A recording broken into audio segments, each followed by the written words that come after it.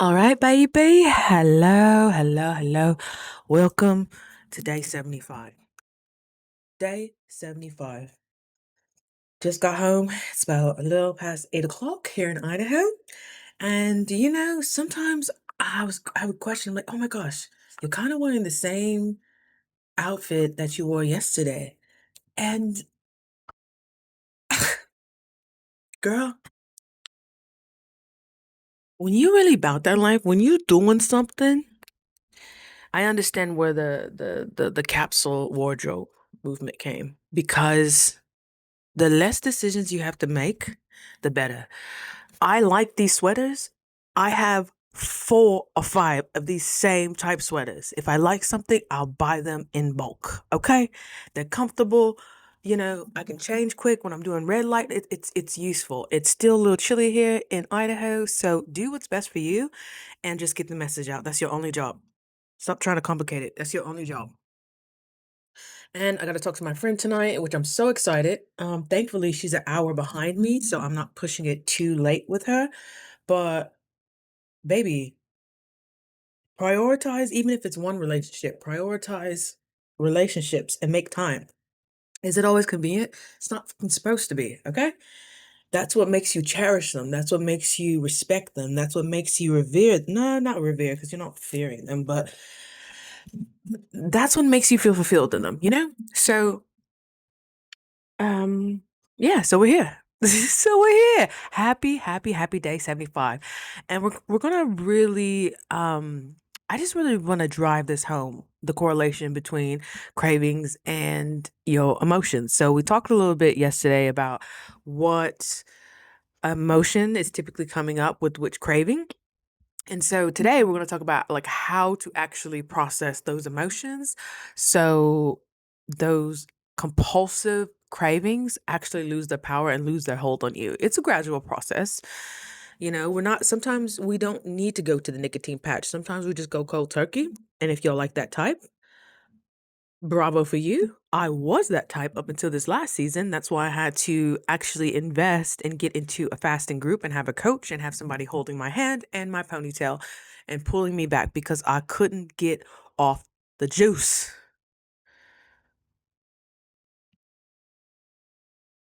the food. I couldn't get off the food.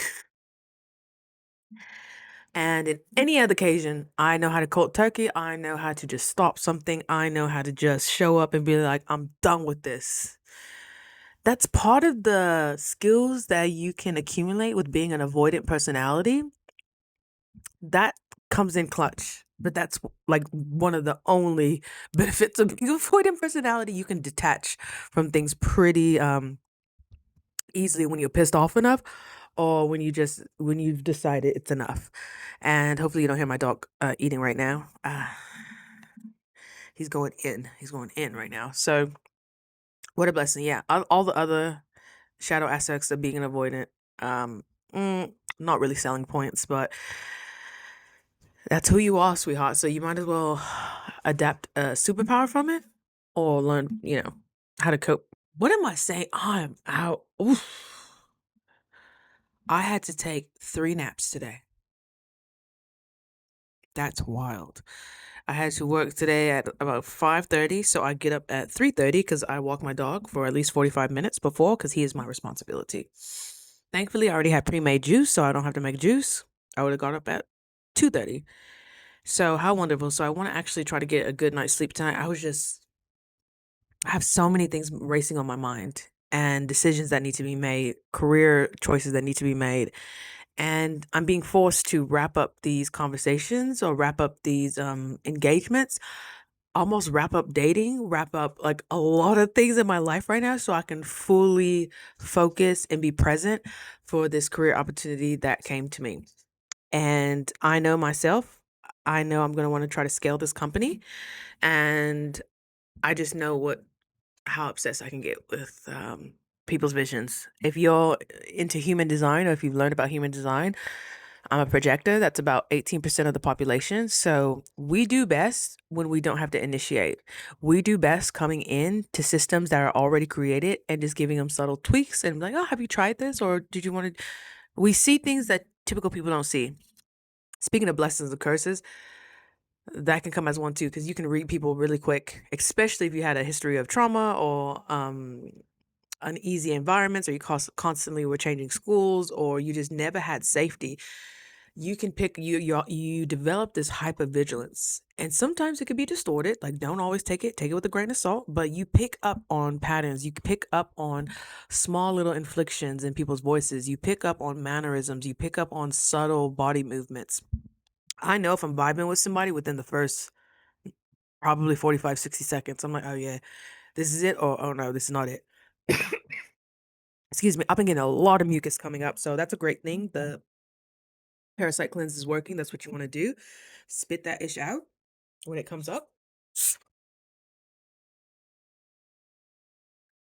I remember as a child, I shared a bedroom with my grandmother for almost a decade, and I shared a bed with my mom for it was when I was young, like a couple years. And she would get so upset, like when I got sick and I would need to cough, and she would just be like, she would just roll over, and I'm like, I'm over here like choking. So I learned to teach myself to silence when I'm uncomfortable, silence when, let's say, if I had mucus come up, I would just hold it until the morning. Sometimes I would fall asleep. I'm a kid. Come on. So sometimes that muscle memory comes back of don't sneeze too loud, don't cough too loud, and I'm like, girl, that was 30 years ago. But the body remembers. Anywho, so yesterday we talked about how cravings are emotions in disguise. So today the real question is, what do you do when the emotion shows up and you can't reach for food, or you don't reach for food? Let's be clear about this. Most of us, and multiply that by 300 if you're a person of color, a woman of color, most of us were never taught how to process emotions. So we learn to suppress, we learn to distract ourselves, we learn to numb ourselves, and to replace the longing we have with something else that's more readily available. This is all we're wired to adapt, sweetheart. That's all you were doing. It's just you were trying to adapt the best way you could with the resources that you did have. But now that we have that awareness, we can actually do something about it. We can choose to do something about it if we decide to do that, right? So, your cravings, they're not the problem. That's just the smoke from the fire. Your cravings are not the problem. They're the strategy. They're the indicators of, oh, this is what's going on. And I really, really like, if you can look at the last video, salty, crunchy, sweet, they all correlate to something, some type of emotion that we're feeling that we haven't readily recognized. Oh, this is what this is. Oh, because this thought has been replaying in the back of my mind. Oh, because I didn't get closure on that, the closure I anticipated. So it relates to my self-worth. Oh, because that relationship didn't end up how I wanted it to end up. It must be because of me, because that's what I was told. It's always my fault. I am the common equation. And to an extent, yes, you can recognize your patterns in that way, but sweetheart, shame and guilt really doesn't get you anywhere but further in the ground, but further in depression, but further in anxiety, but further in lack of self-worth. Like, it has its time. Oh, I wish you could have heard my dog just burp right now. His timing is impeccable. It had its time when tribes were people were shamed when they were too selfish. People were shamed if they came back with a hunt and only fed themselves. People were shamed if they spoke out and were ridiculous. People were shamed if they didn't follow the community rules. There is healthy shame. Like, you should probably not be wearing that in public. Sometimes shame is that catalyst for us, that reminder, like, you should probably not be so thirsty. You should probably not be drooling at the mouth at every compliment you get. Like, chill, chill, chill. But sometimes we bring it on and we just take it down the goddamn road. You ain't gotta take it that far, babe. Process it and let's move on, shall we? So, what processing an emotion actually means? I'm gonna try to keep this as simple as possible. I heard a girl talking the other day. She's like, I'm gonna try to keep this as simple as possible. Like, I don't even have a high school education, so I don't. She was asked to make the concept she was talking about simpler. She's like, well, I didn't even graduate college or high school. I don't know how much more I can make it simple. I actually did graduate college 3 times. So, but I still feel like my general message can hopefully reach the people that need to be reached. And I feel like I making my best effort to communicate effectively and not use complex terms or mystified terms or woo-woo terms or anthropological terms unless I'm talking about the brain. Like you need to know parts of your brain. Come on now, you need to know the functions of your brain. Just like a woman, you need to know the functions of your womb, of your vulva, all that. Okay, you need to know the functions of things. Okay, let's get past that. Okay, so processing. When you're processing emotion, it doesn't necessarily mean you're fixing it or like getting rid of it. So I don't want you to go into it with that. Like, I'm gonna process this so I can just be done with it. So I ain't gotta think about little Tony no more. So I ain't gotta think about what my family's done to me. So I ain't gonna think about that high school thing that we did. Processing is allowing the emotion to move through your body without resisting it. Processing is allowing the emotion to move through your body without resisting it. Do you still get a flare up when you think about little Tony? Do you still get a that heifer when you think about something? Can you relax and still think about the betrayal, the misuse of trust, the impact that it's had on you, and how your life could be different? And I'm not talking about this. I'm living through it. I'm living through it. If you remember, I made a video about how I found out I was the result of an affair. And the man who was my biological dad, I guess he kept tabs on me, but he never really fully came to look for me and find me. And he passed away a couple of weeks ago. And that's what spurred the real search to look for me. And his actual best friend found me.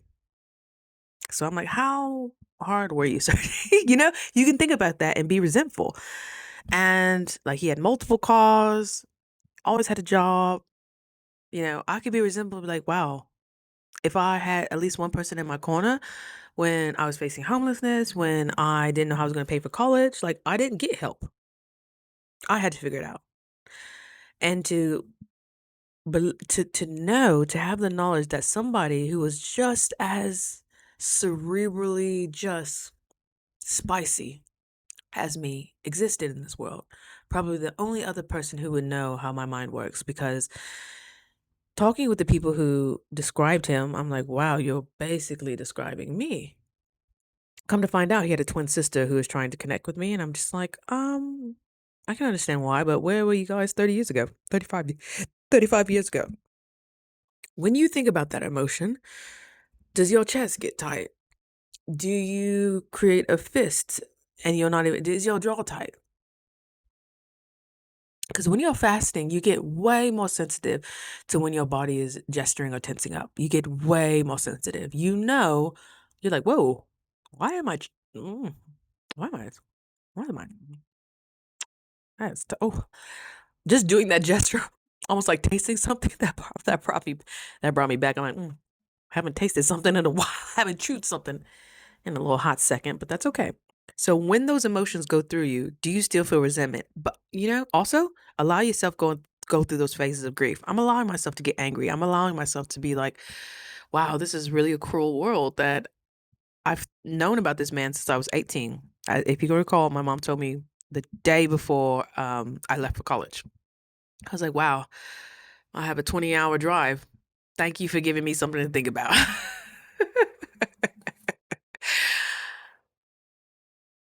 Do you, at the end of that thought, are you still certain that everything is working how it's supposed to?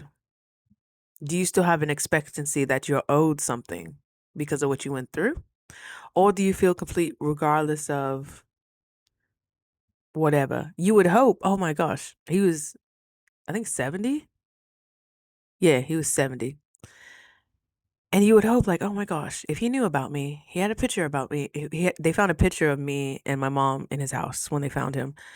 And you would hope that in his last ditch effort, maybe he would give a life insurance for you, or maybe he would make sure that if you didn't have the daddy role, if you didn't, by choice, you expect to be compensated in some other ways. There's that entitlement. Oh, Nia. Did she still? Okay, I'm meal prepping. I started later than I hope so. I'll text you when I'm done and go from there. Okay, no problem. Perfect. So I got time. Okay, wonderful. Good girl. She's meal prepping. Um, yeah, you can feel that resentment. And to hear about him talking, his best friend had a daughter who shared the exact same name as me, first and middle name. And she would talk about how he would give her everything, anything she wanted, gifts all the time. I'm like,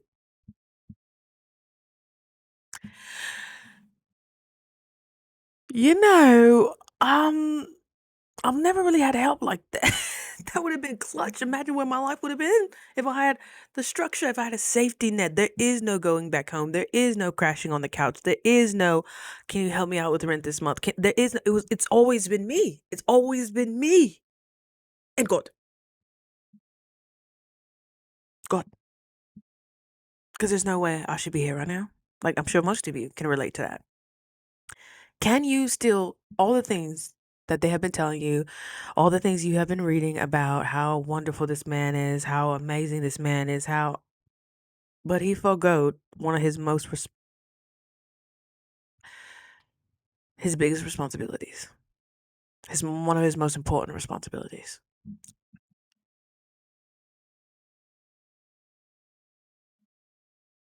Can you still see that man as a good man? Can you still see him as a child and product of God? Can you still see him as God, as a piece of God? I'm not just talking about this. I'm actively living through this. This is not theory. This is not hypothetical. No, we're really going through this. And yes, you are going to advance. Yes, you're going to feel things that you haven't felt in a while, especially during fasting. Things will come up, and some of them are, you can't explain. It's just a sensation. It's like, what is this? What is this? I was so exhausted today. I felt hungover. I'm like, wow, we must be processing something quite large. Quite large. Full course meal. Quite large. What a blessing. What a blessing. Know that you will be okay. Know that you can hold the pose through the uncomfortable aspects. You've been in very uncomfortable situations, and the likelihood of you getting out of it is pretty high. Allow yourself the grace to experience. That's why we reincarnated here. I was listening to Neil Tyson. Oh my gosh, Universe guy, and he was basically breast basically breaking down the statistics and the odds of you actually being formed and how many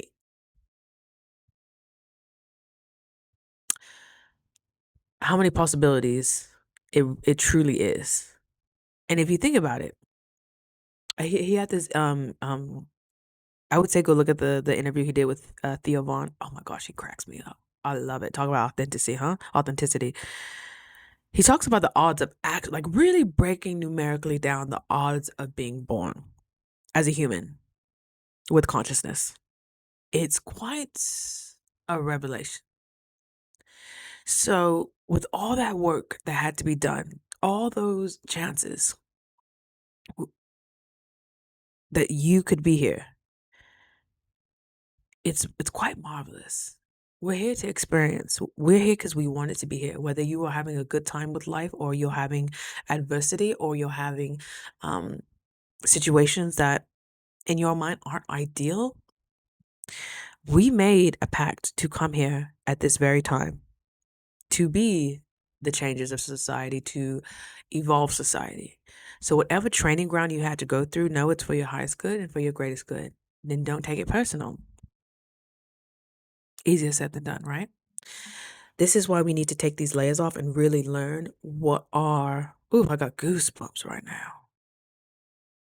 Really learn and decondition ourselves what our compulsions are, what we think we're lacking, what our blind spots are. This is what an identity experiment is about. Unlayering. Why do you do what you do? Why do you react like that? And most of it's unconscious, subconscious. Don't you want to know that? So nothing or no one can use that against you. Nobody can trigger you outside of you. Yes, even Joe Dispenza gets triggered, and he he talks about like how he just needs a second. Like, ooh, tap back in, tap back in, tap back in. None of this stuff is personal. We just make it personal. We make what our parents do to us personal. We made what that ex relationship, what it meant. We took that personal. How that person treated us at Starbucks, we took that personal. Girl, sir, there's freedom knowing it ain't about you. But in turn, it's all about you because how you make an impact in your short life will have everlasting ripple effects, whether you're here to see it or not. Let's get back into the topic. An emotion that is felt, that is processed, that you can have a good cry over, or you can just be grateful over, or you can just be angry over. An emotion that is fully processed will eventually pass, just like your cravings, just like your hunger, just like those sensations of like, I need to eat now, I need to eat now. It will pass. An emotion that is avoided it will repeat. It will repeat in that new relationship. It will repeat in that job. It will repeat in your living situation. It will repeat in how people communicate with you. It's giving you all these signs to finally process. That's why it keeps on happening. That's why your car keeps breaking down. That's why you keep on getting used and abused. That's why you keep on getting the same circumstances year after year. You're like, what in the world? What in the world? I'm reading, I'm investing in self-help, I'm exercising more. Like, why are these little things still coming up? Because those are probably the hardest things for you to process. So you try to keep them the most at the distance, but that's not how the universe works, sweetheart. It's still in the back of your programming. And what is in the back of your programming it has no option but to project on the screen. Project in your third world, in the 3D world. Project in how you move. Project in that crook in your neck. Project in your autoimmune issues. Sweetheart, there's certain things you can sweep under the rug, and there's certain things that are literally impossible to sweep under the rug. You either prolong the suffering, or you say you're going to be a big girl and a big boy today, and you're just going to sit there and know that you will be taken care of. Know that you will survive this like you've survived so many other things. But it comes to a point where it's just time to move on. It's time to mature. It's time to grow up. It's just time to get past this. We have so many people to meet, so many new things to experience, so many landmarks to see. Okay? If you're allowing this to stop you from that, what a life. What a life where all those odds were in your favor and you chose to sit in your suffering because you thought that was the only option. Now that you have the information that it's not the only option, what will you do with it? What will you do with it? If we can tap into a bit of like some neuroscience, because that's a hot term, you know? I've always been fascinated with the brain. I've always been fascinated with the human condition. And the curiosity will spur, like the information will come if you remain open and receptive to it. When you feel an emotion without reacting, now I'm not saying, say you feel sadness. I'm not saying don't cry. What I'm saying is don't look at yourself as why me? This is unfair. That's when you start constricting and you kind of get combative in your body. Yeah, in your body and in your mind. When you feel emotion without reacting, your amygdala, which is your fight, fawn, fight, flight, fawn. Come on, help me out with the fourth one. Freeze. That's my main one. When you feel emotion without reacting, your amygdala, which is your fear and emotion center, which tells you what to do, it it quiets. The prefrontal cortex, which is your awareness, your executive functioning. It's activated when you're writing. That activates. So, from what I understand, your amygdala and your prefrontal cortex can't be activated at the same time. That's why people harp on like morning pages and journaling, because when you're journaling, your prefrontal cortex is activating so you can write. Your executive functioning is activating. So you're out of that emotion. You're out of that loop of reactivity. You're out of that primal humanistic response, basically. The nervous system then completes the stress cycle. So what I've learned is if you can put your feelings into words simply by naming emotions, oh, this is sadness. Oh, I think this is fear. Oh, dang, this is anger. Oh, I'm just feeling glutton right now. Oh, I'm feeling jealous or I'm feeling lonely. It can reduce the emotional intensity. I would say download the emotion wheel. You think we have anger? There's basic emotions that can spawn into other feelings. But if you can download the emotion wheel, I feel like that helps really understand what you're going through, what you're feeling like. And even looking at the video yesterday, if you have certain cravings, let's say you're craving something sweet, that usually goes with like self worth, that usually goes with broken heart. Look at that emotional wheel, look at sadness, and look at all the branches of emotions that come from that. There's disheartenment, there's so many. I can't even, there's at least like 60 different emotions. I know you didn't even think you had 60 different emotions. Yeah. Educate yourself. Ain't nothing wrong with educating yourself. If you don't like it, throw it away. So awareness regulates what reaction escalates.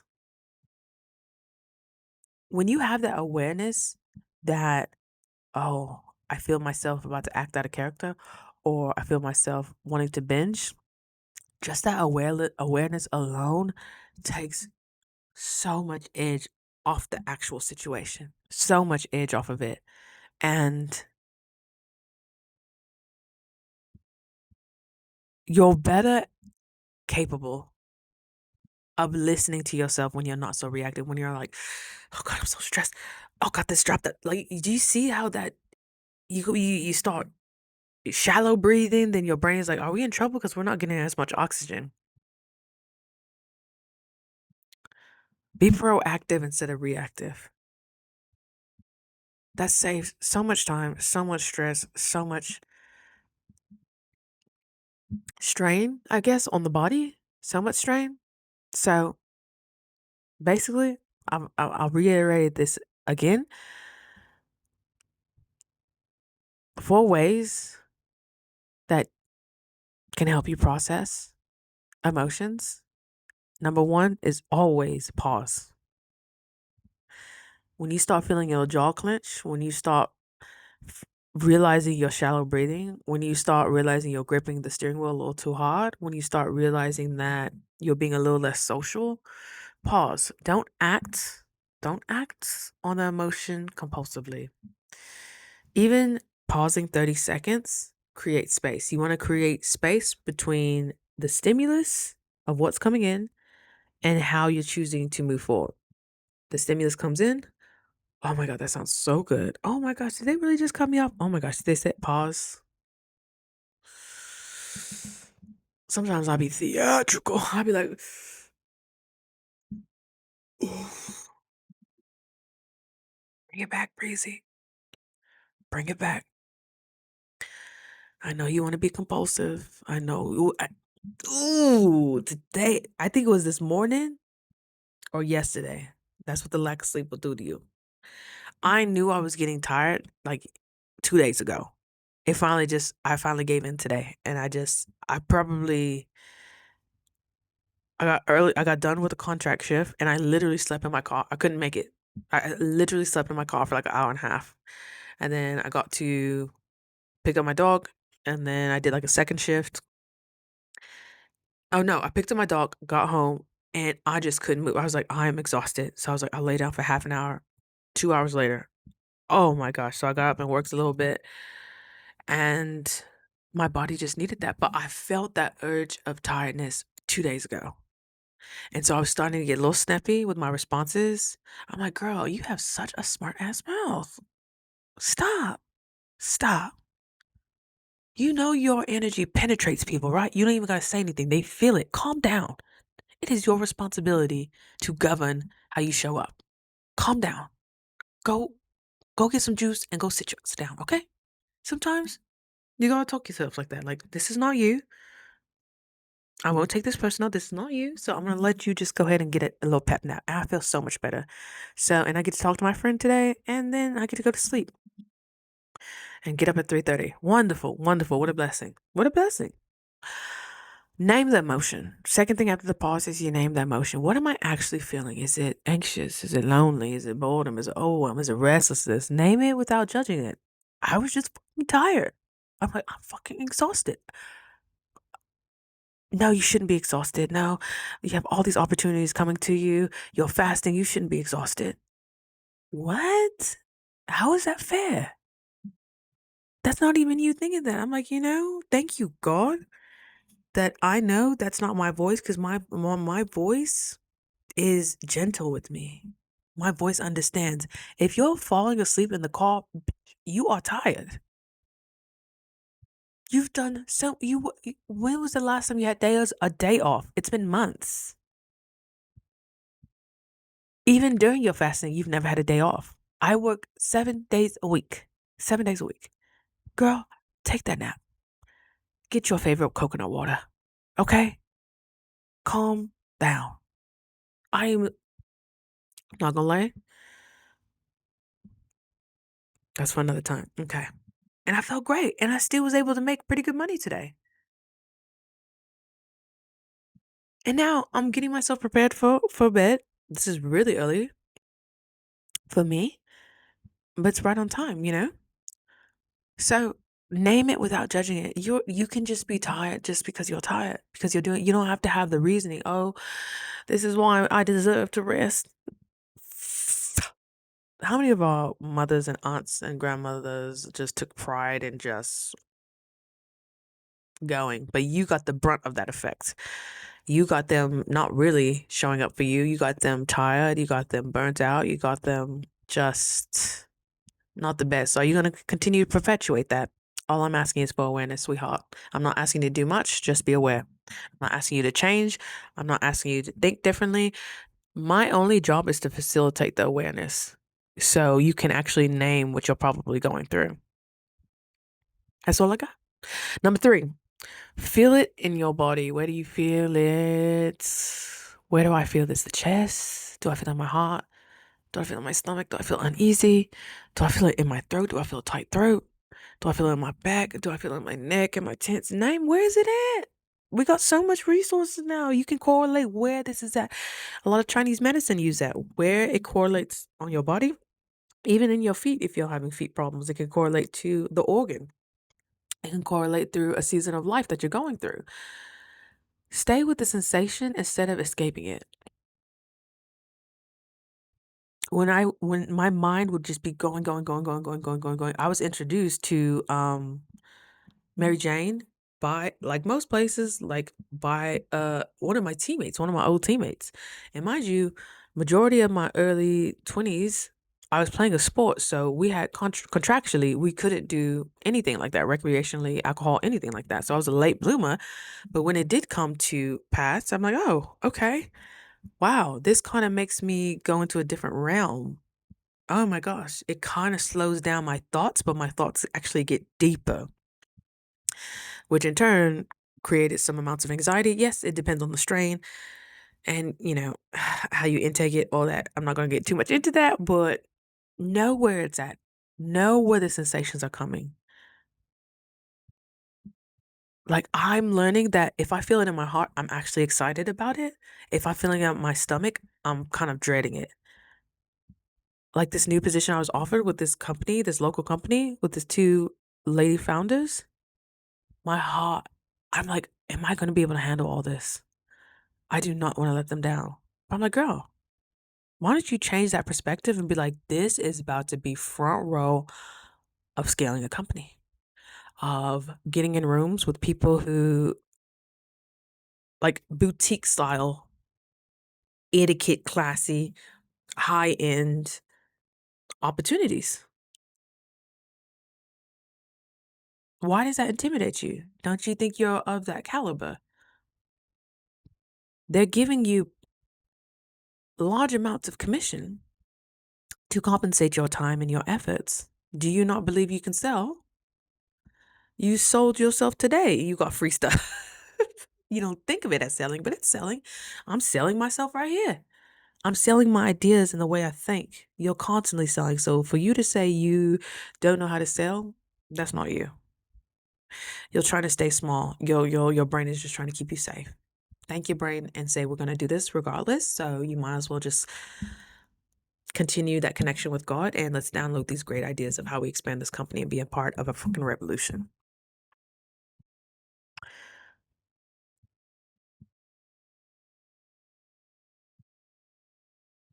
Your emotions that go through, like say when you feel your heart in your stomach,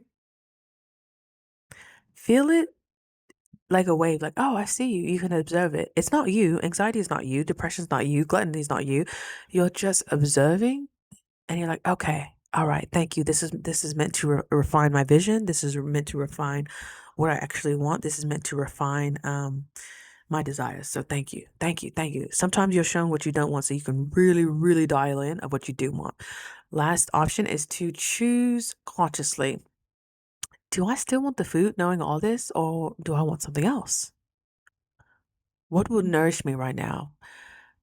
This restores actual free will, actual choice instead of compulsion. When you are compulsive to your vices, you feel like you have no choice. You've lost the ability to have that space between stimulus and choice because your brain is telling you this worked so many times before. Let's keep doing this, keep doing this. It doesn't work in the season now.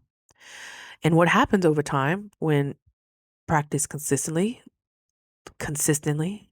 you will mess up a couple of times. That's okay. Eh.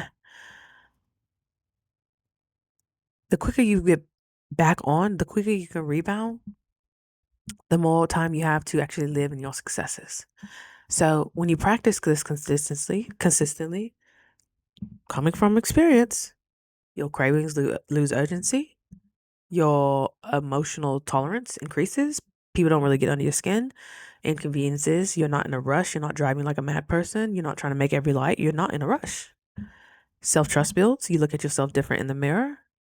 You're starting to see like, wow, thank you for creating that structure for me.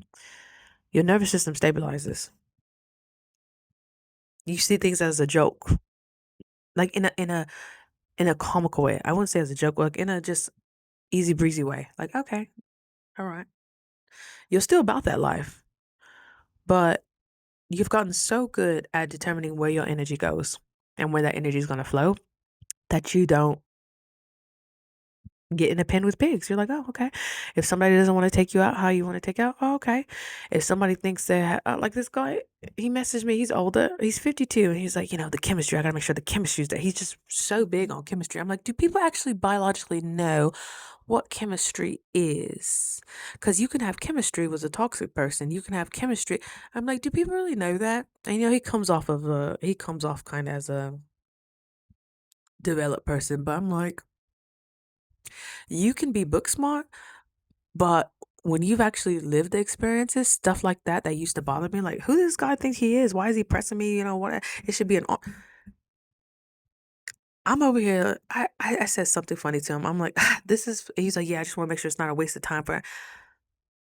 Like having a beautiful woman sitting across from you is ever a waste of time. I had to laugh instead of taking that personal. I'm like, oh, sweetie, like, what is Kimberly? He's like, chemistry is when there's no chemistry, it's nothing, and it helps when people smell nice and hit. You don't even know the biological markers of what creates chemistry, yet you're asking for it. I'm like, rats who have talks, they feel like they have chemistry with the cat, their natural born enemy. That's because the tox, the parasites in their stomach, needs the digestive enzymes in the cat's stomach to fully come to fruition and then hopefully make it to your stomach. So that mouse is going up to that cat thinking it has chemistry. And what do you think is going to happen? So when people say chemistry, I'm like, okay, I get it. Yeah, you should have a subtle attraction, yeah. But men and women are different. Women want to feel safe.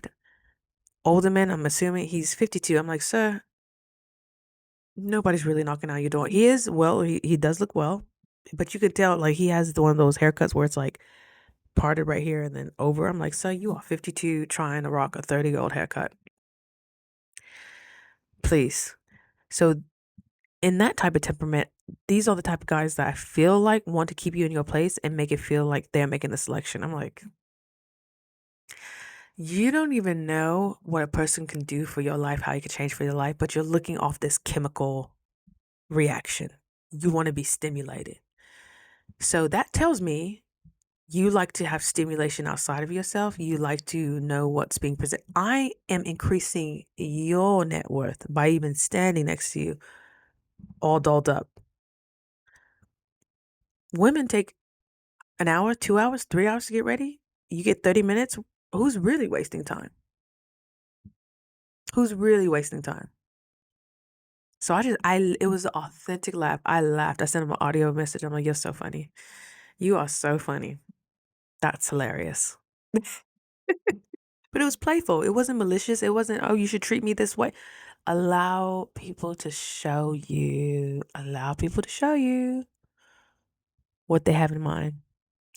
And to really know a person, to make it real, I mean, you're going on 2 or 3 dates. But for those people who are like, I need the chemistry. I need the chemistry.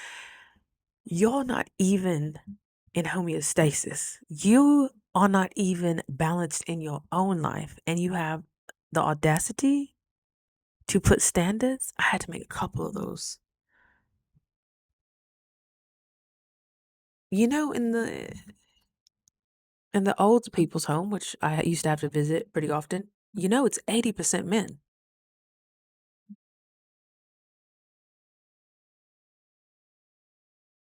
Women will always have our community for the most part. Of course, COVID had changed that a little bit, but I'm like, fellas, women will always have community. That's why we outlive you. You thinking, okay, let's get back to it. Excuse me, sorry. So, so, so when you practice this over time, we've talked about your nervous system stabilizes, your self-trust builds, your emotional tolerance increases, your cravings lose urgency. The urge doesn't disappear overnight, though. Can't biohack that one. But you get close, but it does stop controlling you. Does stop making you compulsive. If you still choose cravings sometimes, that doesn't mean you failed. The pattern is still active. It just means it's still fresh. The wound is still fresh. The nervous system is still learning. Healing it's repetition. It's not perfection. Coming from a recovering perfectionist. You see my earlier videos. You see what I've been going through. So during this journey, I've realized that what I thought was hunger was often like just unprocessed emotion. It's that simple. And when I stopped running from it, when I stopped suppressing it, when I stopped trying to keep it at a distance, something changed. Like I didn't need as much of escape. I didn't need TV as much. I didn't need podcasts as much. I didn't need just something sweet as much. I didn't need it. I just didn't need as much. Isn't that wild? So, in closing, you don't need to eliminate cravings to heal. You just need to understand what they're asking for. What is your body asking for? What is your mind asking for? What are your needs asking for? What emotions do your cravings usually hide? Stress, boredom, loneliness, or something else?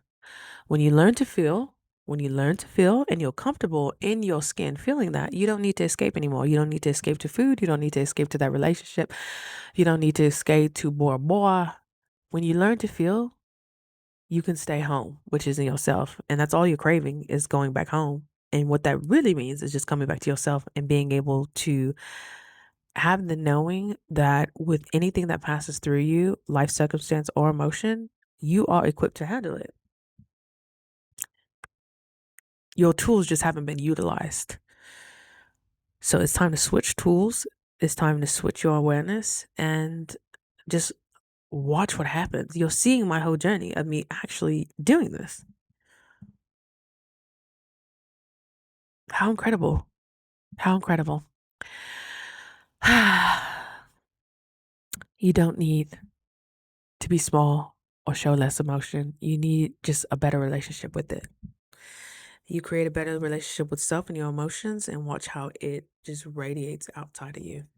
And people want to approach you with that same vibe. So I love you so much. We'll cut it out there. Dang, girl. I gotta get some sleep. I gotta talk to my friend, get some sleep. All right. I love you so much. And I will see you tomorrow for day 76. Wow. Okay. I love you. Good night.